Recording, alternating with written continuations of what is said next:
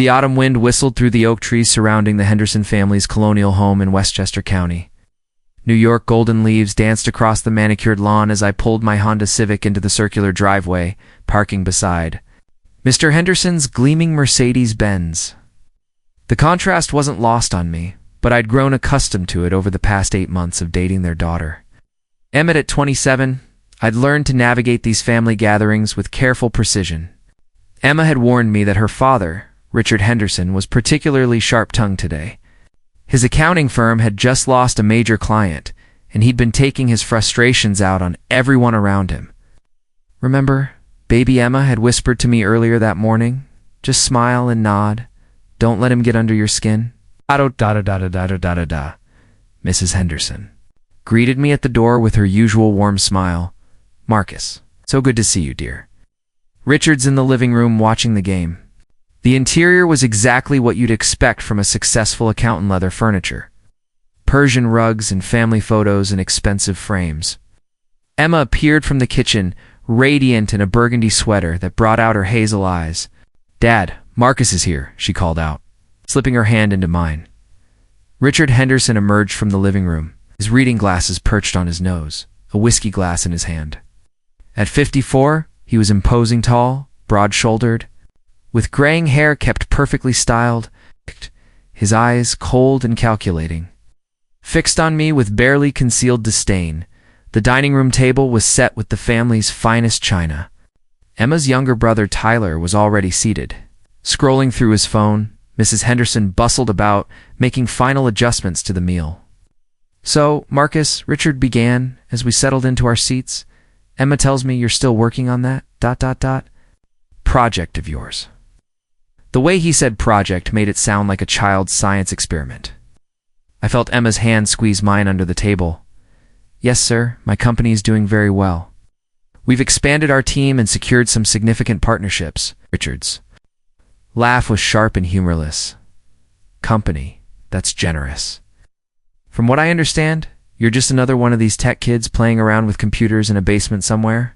"Richard," Mrs. Henderson said softly, her voice carrying a warning tone. "What? I'm just being realistic, Helen. Emma deserves someone with stability, with a real career. It's not some dreamer who thinks he's going to be the next Mark Zuckerberg." Tension in the room was palpable. Tyler looked up from his phone, sensing the shift. Emma's cheeks flushed red. "Dad, you don't understand what Marcus does." "I understand perfectly," Richard interrupted. "I've seen dozens of kids like him. They waste years chasing some fantasy, while real men build real careers. Meanwhile, Emma's supporting him, paying for dinners, covering his share because he's too proud to admit he's broke." The words hit me like a physical blow. Emma gasped, her eyes filling with tears. "Dad, that's not true, isn't it?" Richard's voice grew colder. "Marcus, when was the last time you paid for a nice dinner? When was the last time you took my daughter somewhere that didn't involve splitting the check?" I felt my jaw clench. It was true that Emma and I split expenses not because I couldn't afford them, but because she insisted on it. She was fiercely independent. But explaining that seemed impossible in the face of Richard's assumptions. "I pay my fair share, Mr. Henderson." "Your fair share of what?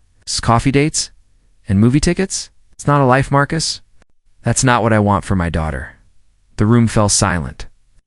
Emma's tears were flowing freely now, and I could see the hurt in her eyes, not just from her father's words, but from the position she'd been put in.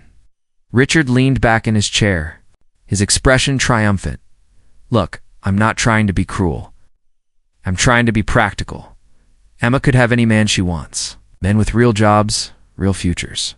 Instead, she's wasting her time with a freeloader who can't even a freeloader." The words escaped before I could stop them.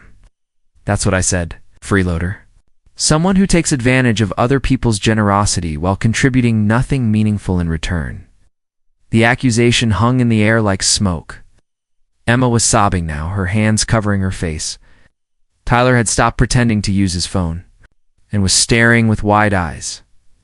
Mrs. Henderson stood frozen in the doorway, serving dish trembling in her hands. I looked at Richard Henderson, this man who had built his identity around financial success. who measured worth in dollars and status symbols. This man who saw his daughter as an asset to be protected from bad investments like me? "Mr. Henderson," I said, my voice steady despite the fire burning in my chest, "have you ever heard of TechFlow Solutions?" His eyebrows furrowed. "No, why?" "Would I? What about Forbes? Do you read Forbes?" Of course I read Forbes. "What's your point?" I reached into my jacket pocket and pulled out my phone, my fingers moving quickly across the screen. "I'm curious about something. You're an accountant, right? You understand business? I've been in business longer than you've been alive, son. Then you'd understand the significance of a company being featured on Forbes' 30 Under 30 list. Wouldn't you?" Richard's expression shifted slightly, confusion replacing some of his arrogance. "Well, yes, that's quite an achievement. But what does that have to do with?" I turned my phone screen toward him, the Forbes article clearly visible. The headline read, "TechFlow Solutions. How 27-year-old Marcus Chen built a $50 million company from his Brooklyn apartment." The silence that followed was deafening. Richard's face went through a series of expressions: confusion, disbelief, and finally dawning realization. His eyes moved from the phone screen to my face and back again. That's you?" he whispered. "That's me," I confirmed. "TechFlow Solutions. We provide cloud infrastructure solutions for Fortune 500 companies. We have 150 employees across 4 offices. Last year, we generated $50 million in revenue." Emma's sobbing had stopped. She was staring at me with shock, pride, and something else. Tyler's mouth was literally hanging open. But Emma never said, ... Richard stammered. "Emma doesn't know," I said simply. "I asked her not to tell anyone. Wanted to be sure she was with me for the right reasons." Richard's whiskey glass slipped from his hand, shattering on the hardwood floor. Mrs. Henderson rushed forward with a towel, but her eyes never left my face. $50 million, Tyler breathed. Richard was still staring at the phone screen, his face pale. "But you drive a Honda. You live in Brooklyn. You split checks with my daughter." "I drive a Honda because I like it. It's reliable. I live in Brooklyn because I love the neighborhood. I split checks with Emma because she insists on it, and I respect her independence." The weight of what had just happened was settling over the room like a heavy blanket. Richard Henderson, the man who had just called me a freeloader, was slowly realizing that he had just insulted someone worth more than he'd ever dreamed of being. I don't understand," he said, his voice barely above a whisper. "What don't you understand, Mr. Henderson?" "That success doesn't always look the way you expect it to. That your daughter might actually be an excellent judge of character. Or that you just called a multi-millionaire a freeloader at your own dinner table." The room spun with tension and revelation. Emma was looking at me with a mixture of awe and confusion. But it was Richard's expression that held my attention. For the first time since I'd known him, he looked genuinely humbled. "Marcus," he began, his voice cracking, I owe you an apology." "You owe Emma an apology," I corrected. "And you owe yourself some serious reflection." As I walked toward the door, I could feel the weight of their stares. The evening had taken a turn none of us had expected, and I needed time to process what had just happened and what it meant for my relationship with Emma. The October air was crisp as I sat on the front steps of the Henderson house, my head in my hands. Through the tall windows, I could see the silhouettes of the family, still frozen in the dining room, trying to make sense of what had just happened. My phone buzzed with a text from Emma. "Please don't leave. We need to talk." The front door opened. Behind me and Emma sat down beside me, close enough that I could smell her vanilla perfume. $50 million, she said quietly. "Yeah, and you never told me." I turned to look at her. Her eyes were red from crying, but there was something else in her expression. Not anger, exactly, but bewildered hurt. "I wanted to tell you," I said. "God, Emma, there were so many times I almost did, but every time we talked about money, about the future, you were so proud of being independent, so determined to pay your own way. I was afraid that if you knew, everything would change." She was quiet for a long moment. "Everything has changed anyway." "I know. Do you? Do you really?" She turned to face me fully. "Marcus, I thought I knew you. I thought we were building something together, as equals.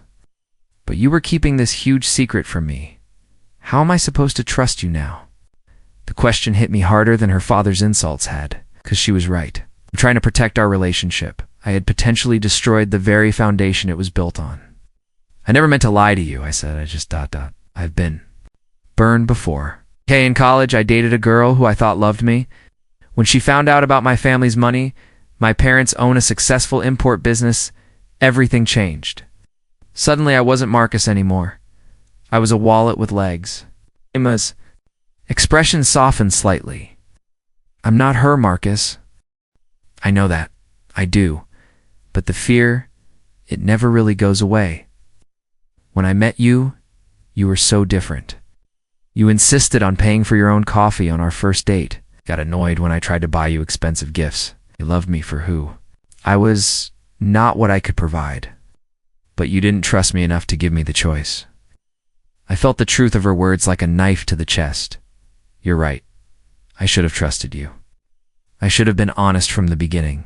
Through the window, I could see Richard Henderson pacing in the living room, his hands gesturing wildly as he spoke to his wife.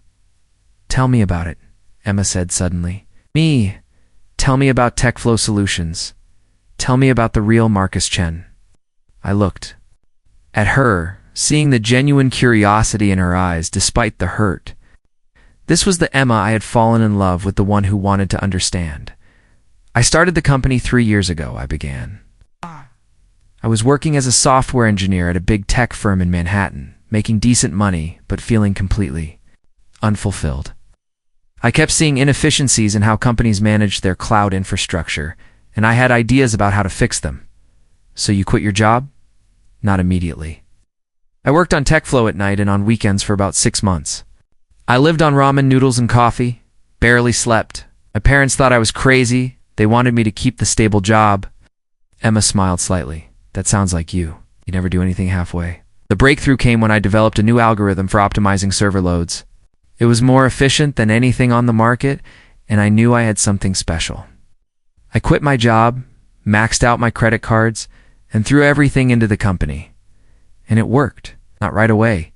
The first year was brutal. I was working 18-hour days, living on about 4 hours of sleep. I nearly went bankrupt twice. But slowly we started getting clients. Small companies at first, then bigger ones. The Forbes article came out 6 months ago, right around the time we hit our first $50 million year. Emma was quiet, absorbing the information. "And through all of this, you never thought to tell me?" "I thought about it every day. But the timing never seemed right.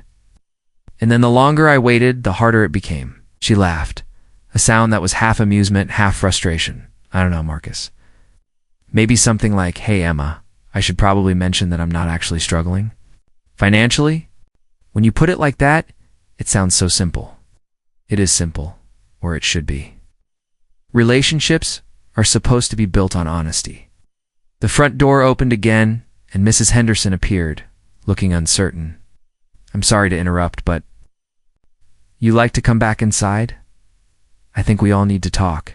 We walked back into the house together. The dining room had been cleared, and the family was now gathered in the living room. Richard was sitting in his favorite armchair, his head in his hands. "Marcus," Mrs. Henderson said gently, "please, sit down. I think we all owe you an apology." "You don't owe me anything, Mrs. Henderson. This is between your husband and me." Richard looked up, his face haggard. "You're right. This is on me." He stood up, and I could see that his hands were shaking slightly. "Marcus, I don't know how to begin to apologize for what I said tonight. Start with why you said it." I suggested. Richard winced, because I was scared, not of you specifically, but of losing control. Emma is my daughter, my little girl, and I wanted to protect her from making the same mistakes I made when I was young. "What mistakes?" I married Helen when we were both 22. I was working as a junior accountant, making barely enough to pay rent. We struggled for years, and I watched her sacrifice her dreams so I could build my career. I swore that Emma would never have to go through that. Mrs. Henderson reached over and took her husband's hand. "Richard, we've been over this. To support your career, I don't regret it. But I do, Richard said, his voice breaking. I regret that you never got to pursue your art, that you never got to travel the way you wanted to. And when I finally started making real money, I became obsessed with financial security. I couldn't bear the thought of Emma ending up like we did. So you assumed I was poor? I said. I assumed you were like I was at your age. Young, ambitious, but broke. And I couldn't stand the idea of Emma having to support you the way Helen supported me. The room fell silent. I could see the pain in Richard's eyes, the weight of decades of regret and fear. Mr. Henderson, I said quietly, I understand why you were concerned. But you never asked me about my situation. You just assumed. No, and I was wrong. Completely, inexcusably wrong. Yes, you were. But not just about my financial situation. You were wrong about Emma? Richard's eyebrows furrowed. What do you mean? You said she was supporting me, paying for things because I was too proud to admit I was broke. But that's not what happened. Emma insisted on paying her own way. She wanted to split everything equally because she values her independence. Emma squeezed my hand. That's exactly right. And you know what? That's one of the things I love most about her. She's not looking for someone to rescue her or provide for her. She's looking for someone to build a life with as an equal. Richard looked at his daughter with new eyes. Emma, is that true? Of course it's true, Dad. I've been trying to tell you for years that I don't want to be your little princess anymore.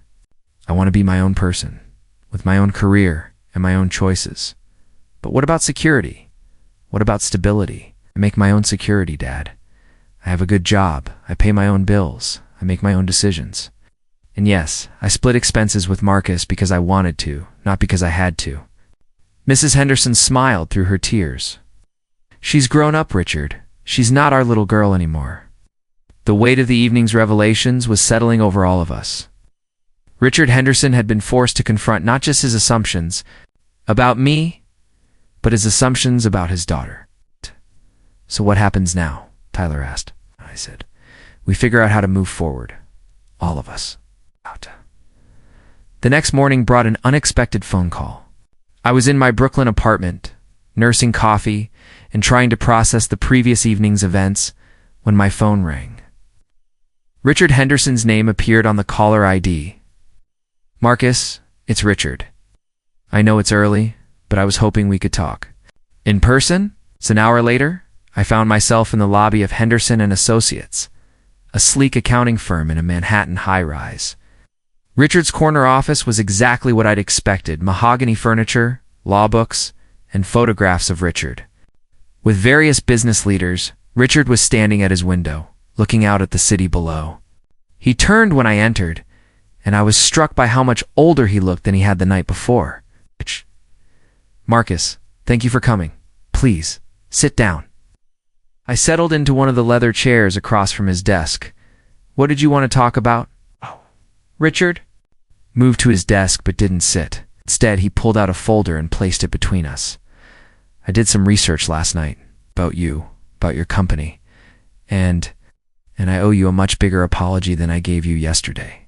He opened the folder, revealing printed articles from Forbes, TechCrunch, and the Wall Street Journal. Backflow Solutions isn't just successful, it's revolutionary. You've disrupted an entire industry. I looked at the articles, many of which I'd never seen before. You didn't have to do this. Yes, I did. Because I need you to understand that this isn't just about me being wrong about your financial situation. This is about me being wrong about who you are as a person. He sat down heavily in his chair. Marcus, I spent 30 years building my firm. I'm proud of what I've accomplished, but I know my limitations. I'm good at managing money, at helping businesses with their finances, but what you've done, you've created something from nothing. Mr. Henderson, please, let me finish. I read about your employees' testimonials. They describe you as a leader who cares about their well-being, who shares profits with his team, who built a company culture based on respect and innovation. I read about your charitable foundation, how you're funding coding programs for underprivileged kids in Brooklyn. I shifted uncomfortably in my chair. This wasn't where I'd expected the conversation to go. I also read about your parents' business, Richard continued. How you could have taken over a successful import company, but chose to build something of your own instead. Do you know how rare that is? I couldn't take the easy path. It wouldn't have been authentic. Exactly. And that's what I failed to see. I was so focused on what I thought you lacked that I never bothered to see what you actually are. Richard leaned forward, his eyes intense. Marcus, I've met a lot of successful people in my career. Politicians, CEOs, entrepreneurs. Most of them are impressive in their own way, but very few of them are good people. You're both. The compliment caught me off guard. Thank you, but I'm not done.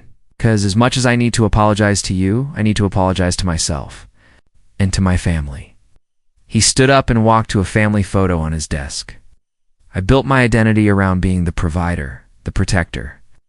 I measured my worth by my ability to shield my family from financial hardship. But somewhere along the way, I lost sight of what really matters, which is trust, respect, allowing the people you love to make their own choices, even when those choices scare you. He turned back to me. Emma is 25 years old. She has a master's degree, a good job, her own apartment. She's proven that she can take care of herself. But I've been treating her like she's still 16. She loves you, Mr. Henderson. She just wants you to see her as an adult. I know. And I've been blind to that, just like I was blind to who you really are. Richard walked back to his desk and sat down.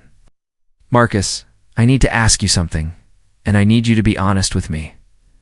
Okay? Do you love my daughter? The question was direct, uncompromising. I looked at Richard Henderson, this man who had humiliated me the night before, who was now sitting across from me with vulnerability in his eyes. Yes, I said simply. Right. I love her very much. And do you want to marry her? The question hung in the air. It was something I'd been thinking about for months, but hearing it voiced aloud made it real. I do not right now. We have things to work through first. But yes, eventually, I want to marry Emma. Richard nodded slowly. And you understand that she's not looking for someone to take care of her financially. Understand that she's looking for a partner, not a provider. Someone who respects her independence and supports her dreams. Can you do that? Can you be in a relationship with someone who insists on paying her own way? I thought about the question seriously, Mr. Henderson. I fell in love with Emma's independence. I fell in love with her strength, her determination, her refusal to let anyone, including me, define her worth. If she wanted someone to take care of her, she wouldn't be Emma anymore. For the first time since I'd known him, Richard Henderson smiled at me, a real smile. Good answer, he said. Yes, that's exactly what I needed to hear. Does this mean you approve of me dating your daughter? Richard laughed. Marcus, my approval stopped being relevant the moment Emma became an adult. But for what it's worth, yes. I think you're exactly the kind of man she needs. Thank you. That means a lot. Now, I have a favor to ask. I need you to help me figure out how to fix this with Emma. I've spent so long trying to control her choices that I've forgotten how to just be her father. I leaned back in my chair, considering the request. Mr. Henderson, I think the first step is admitting to Emma what you just admitted to me, that you've been treating her like a child instead of the capable adult she is. And then you listen to her. Really listen, not to respond, not to offer solutions, but to understand. Let her tell you what she needs from you as her father. Richard was quiet for a long moment. It's going to be hard. Been the decision maker in this family for so long. Being a father to an adult child is different from being a father to a child. It requires trust instead of control. You're right. I know you're right. I'm scared of losing her. You're not going to lose her. But you might lose the relationship you could have with her if you keep trying to control her life. Stood up and extended his hand. Marcus, I owe you an apology, not just for last night, but for the way I've treated you from the beginning. I judged you unfairly, and I'm sorry. I shook his hand, feeling the genuine remorse in his grip. Apology accepted. But you need to have this conversation with Emma, not me. I know. I'm going to call her this afternoon. As I stood to leave, Richard called my name. Marcus. Yes. For what it's worth, I think you're going to be a good husband someday. Emma's lucky to have you. I'm the lucky one, Mr. Henderson. Your daughter is an amazing woman. I left Richard's office with a strange sense of closure. The man who had called me a freeloader 12 hours earlier had just given me his blessing to marry his daughter. But as I walked through the busy Manhattan streets, I realized that the hardest conversation was still ahead of me.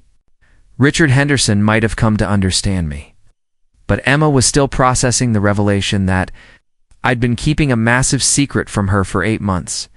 My phone buzzed with a text from Emma. "Can you come over tonight? We need to finish our conversation." I typed back, "I'll be there." Emma's apartment in the Upper East Side was a reflection of her personality, tasteful but not ostentatious, modern but warm.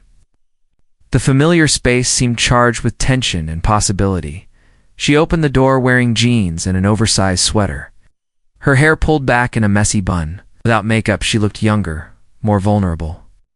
Her eyes were red-rimmed from crying, but there was determination in her expression. "Hi," she said simply. "Hi." She stepped aside to let me in. The apartment was immaculate, but I could see signs of her emotional state, tissues on the coffee table.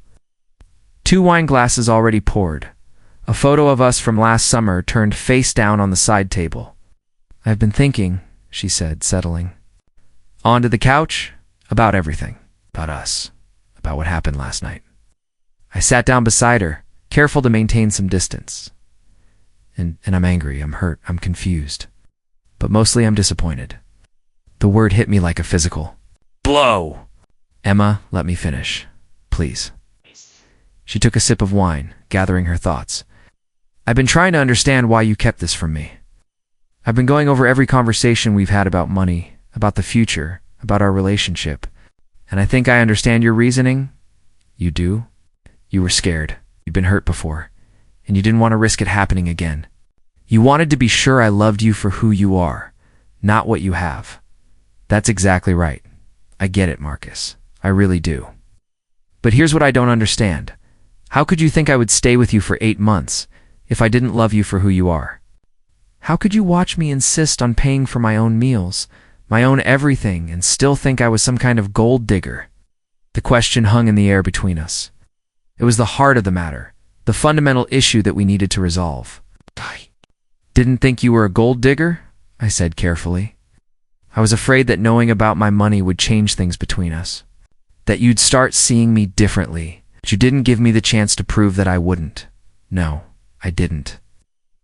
Emma set down her wine glass and turned to face me fully.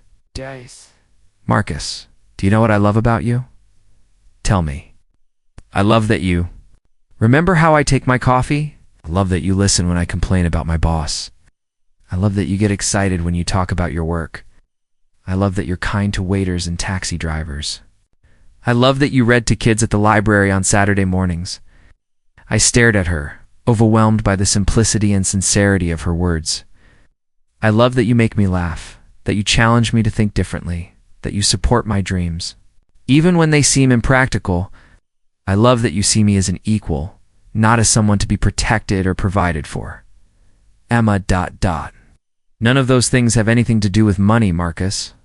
None of them would change if you were worth $50 million or $50. I felt tears threatening at the corners of my eyes. I know that now. But you didn't trust me to know it then. No, I didn't. And I'm sorry. I'm so sorry." Emma was quiet for a long moment, her eyes studying my face. "My dad called me this afternoon. He did. He told me about your meeting. He said he owes me an apology, too." "What did you tell him?" "I told him that I'm an adult, and I don't need his approval to date whoever I want. But I also told him that I love him, and I want him to be part of my life. Just needs to respect my choices." "And what did he say?" He cried. I've never heard my father cry before. "He said he's been so afraid of losing me that he's been pushing me away. He said he's proud of the woman I've become, and he's sorry for treating me like a child. That's a big step for him." "It is, and it's a big step for me too. I've been so focused on proving my independence that I haven't been very forgiving of his mistakes." Emma reached for my hand, and I felt a spark of hope. Marcus, I need you to understand something. I'm not upset because you have money. I'm upset because you didn't trust me enough to be honest about it.